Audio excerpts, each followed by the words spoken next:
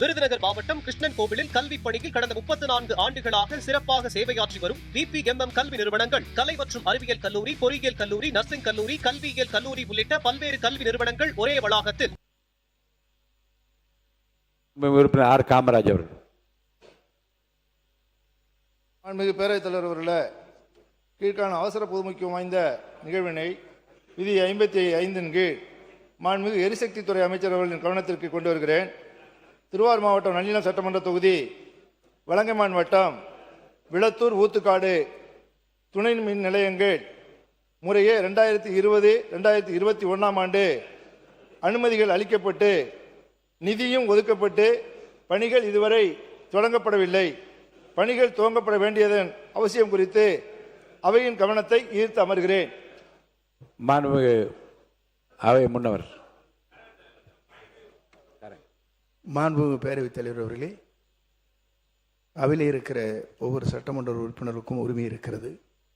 தங்களுடைய தொகுதிகள் மற்ற தமிழ்நாட்டில் நடக்கிற பிரச்சனைகள், தமிழ்நாட்டில் இருக்கிற பல்வேறு பகுதிகளில் நடைபெறுகிற நிகழ்ச்சியை பற்றி கேட்கலாம்.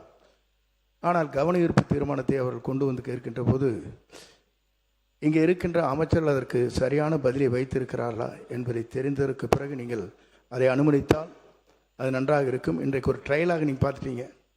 ஆகவே இனிமேல் கவன ஈர்ப்பு தீர்மானம் கொண்டு வருகிற போது அந்த கவன ஈர்ப்பு தீர்மானத்திற்கு அமைச்சர் உரிய பதில் வைத்திருக்கிறார் என்று தங்களுக்கு வந்ததற்கு பிறகு அனுமதிக்குமாறு அன்போடு கேட்டுக்கொள்கிறேன்.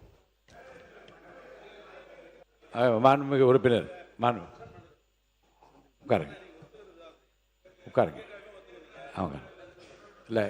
மாண்புமிகு அவை முன்னவர் சொன்ன கருத்து இன்றைக்கு அவர் சொன்னார் பாருங்க, ஒரு ட்ரையல் தான் விட்டீங்கன்னார். ஒரு சாம்பிள் பார்த்தீங்க. என்னென்னா, கவன ஈர்ப்பு தீர்மானம் கொடுத்த பிறகு அதிக நாட்கள் எடுத்துக்கொண்டால் அதனுடைய அவசியமும் போய்விடுகிறது, அவசரமும் போய்விடுகின்ற கருத்தின் அடிப்படையில் சிலர் பேரை பதிவு செய்ய சொன்னால் அதன் மூலமாக உடனடியாக தீர்வு காணப்படும் என்கின்ற அந்த அடிப்படையில் தான் பதிவு செய்யுங்கள் என்று நான் சொன்னேன்.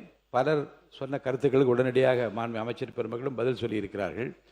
நாளை முதல் அரசு துறை சார்ந்த மாண்பு அமைச்சர் பெருமக்களும் அரசு அதிகாரிகளும் அவசியம் கருத்தி தரப்படுகின்ற 55 விதியின் கீழ் தரப்படுகின்ற கவன ஈர்ப்பு தீர்மானங்களுக்கு அந்தந்த பதில் வந்த பிறகு, பதில் வந்திருக்கிறதா என்று எங்களுடைய துறைக்கு தெரிந்த பிறகு அவைகள் எடுத்துக்கொள்ளப்படும்.